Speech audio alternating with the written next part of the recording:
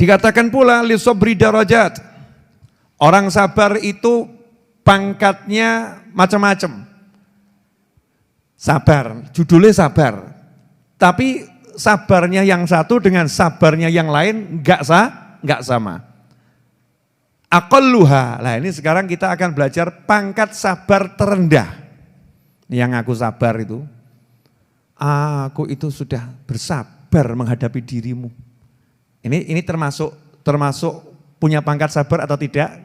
Coba kita cek. Berdasarkan diagnosa kitab Ihya Ulumuddin dari ucapan para ulama. Aqalluha, pangkat sabar yang paling rendah adalah tarkus syakwa ma'al karohiyah. Tarkus syakwa ma'al karohiyah. Dia enggak suka, enggak senang, ya diperlakukan seperti itu. Dia enggak suka, enggak senang mengalami peristiwa itu, enggak suka, tapi enggak ngeluh. Ayo, masuk enggak nih? Enggak suka tapi enggak ngeluh. Masuk enggak? Kok diam semua kenapa nih? Jadi kalau enggak suka biasanya apa? Ngeluh. Nah, berarti sabar enggak? Enggak. Aku tuh sabar menghadapi kamu. Kalimat ini berarti kalimat orang yang tidak sabar. Kenapa? Itu ngeluh terang-terangan. Ngeluh terang-terangan. Kurang apa aku melayani kamu? Ngeluh ini. Ini ngeluh terang-terangan. Maka enggak masuk dalam kelompok minas sabirin, enggak masuk. Aqalluha, itu pangkat yang paling rendah. Wa wara'uha ar-ridha. Nah, nanti puncaknya sabar itu adalah bisa ridha. Dapat yang enggak enak, seneng dia.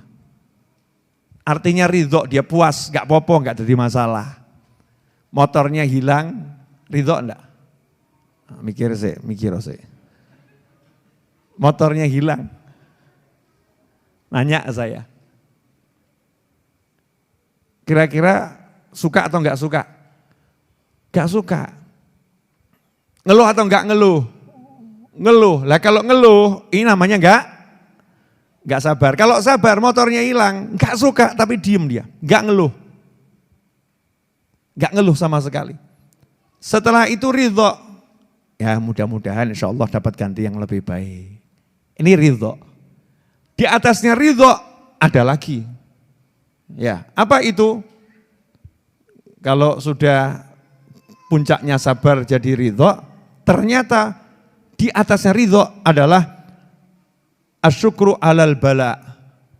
Terima kasih karena sudah dikasih musibah. Sanggup niru? Semoga tidak terjadi pada jenengan semua. Ya, enggak terjadi. Misal ya, saya kasih contoh yang paling gampang saja. Kepleset. Tergelincir bahasa Indonesianya.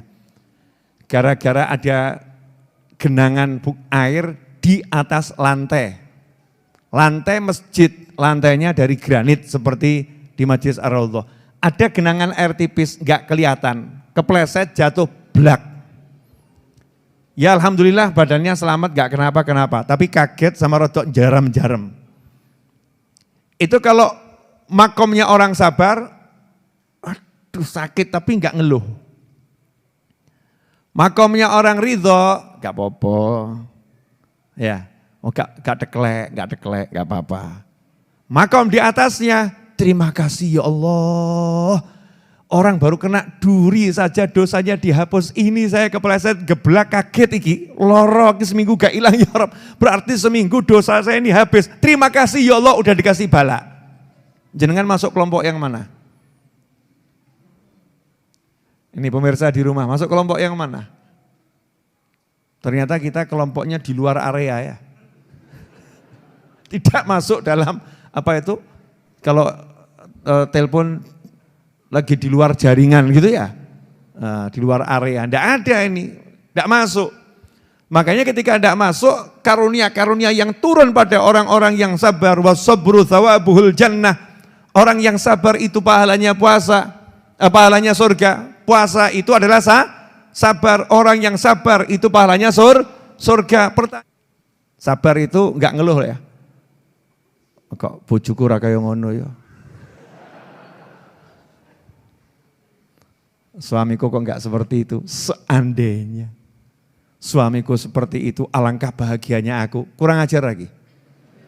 Kurang ajar. Ini istri itu malaikat gregeten. Malaikat gregeten ngenteni kapan pindah kuburan. Nduk. Gregeten malaikat ini. Karena dia telah merendahkan suaminya di hadapan Allah Subhanahu wa ta'ala. Elek ya bojomu. Gak ada yang namanya lelaki itu jelek, gak ada. Semua pria itu ganteng. Hanya saja wujudnya masih dalam penyamaran tingkat tinggi. Mau tahu aslinya nanti di surganya Allah Subhanahu wa ta'ala. Sabar. Nah, ini orang kalau sabar tuh gak ada keluh kesah. Nah, itu seperti yang diceritakan tuh loh. Seorang wanita cantik punya suami jeleknya luar biasa. Kemudian ada ulama yang singgah di kemahnya karena melakukan perjalanan lewat padang sahara, ada kemah gitu. Biasanya kalau mau cari makan itu mertamu. Nah, kalau mertamu itu disuguhi dengan suguhan yang luar biasa. Mertamu ke situ. Disuguhi. Lah, ini tamunya kaget ulamanya. Yang perempuan kok cantiknya pol, yang laki-laki kok jeleknya pol. Pernah ketemu yang model begitu belum? Hampir enggak ada ya. Biasanya kan ya rodok sidik beda dikit. Ini bedanya jeglek gitu loh. Bedanya jeglek, lanangnya welek pol, yang perempuan cantiknya luar biasa. Sehingga itu mengundang tanda tanya ulama tadi. Kenapa? Karena perempuan itu tampak bahagianya luar biasa. Yang pria, ya nyoto bahagia jelas tuh ya. Bojo ayu. Ayo ngaku. Sing wis rabi untuk bojo ayu lho, ngaku. Bahagia enggak? Bahagia. Begitu aja sekarang udah istrinya cantik gak syukur kok. Bojoku kok kaya ngono, bojoku kok kaya ngono. Koncone batin, mati yo tak rabi bojomu. Enggak syukur. Ya udah kasih istri cantik kok ya masih keluh kesah. Ya. Naudzubillah min dzalik. Subhanallah. Nanya ulama ini. Rasa ingin tahunya punya ilmu apa wanita ini dan punya ilmu apa pria ini. Ini urusannya ilmu loh ya, urusan podo awakku bukan. Bukan urusan yang aneh-aneh. Ini urusannya jangan disamakan dengan kita, urusannya ilmu. Maka nanya. Gimana caranya kamu punya suami seperti itu? Mohon maaf, kamu kok bisa bahagia? Jawabannya istri yang solihah tadi, cukup sebagai kebahagiaan kepadaku, bagiku adalah ketika aku punya suami yang Anda lihat tadi, aku bisa bersabar, sehingga sabar pahalanya surga. Gara-gara suamiku aku masuk surga. Jadi tiap hari aku semakin mensyukuri suamiku. Sun, bojo elek. Mergo jenengan swarga. Gimana ibu-ibu mau nyontoh? Jadi kalau merasa suaminya kurang ganteng dibanding Habib Novel, misal gitu loh ya, yang rodok-rodok ngono kuwi, yang suka banding-bandingkan suaminya sama pria lain, kurang ganteng dibandingkan Habib Mustafa, ponaan saya, kurang ganteng dibandingkan Mas Edwin, ya, kurang ganteng dibandingkan Mas Hamdani. Mestinya tiap hari jenengan syukur, cium tangan, alhamdulillah Mas, mergo awakmu swarga. Gara-gara dirimu aku masuk surga. Alhamdulillah, syukur sama Allah Ta'ala. Sanggup niru? Mundur. Ini makomnya wali tadi ini. Nah sementara istri tadi ngomong, lah cukup sebagai kebahagiaan buat suamiku, punya istri semacam aku, dia syukur sama Allah Ta'ala. Orang syukur juga tempatnya surga. Nah zaman sekarang udah punya suami ganteng, punya istri cantik, syukur kok angel pol. Ayo ngaku. Ini loh yang lihat tayangan ini dimanapun berada. Mari kita introspeksi diri kita masing-masing. Jelas semuanya?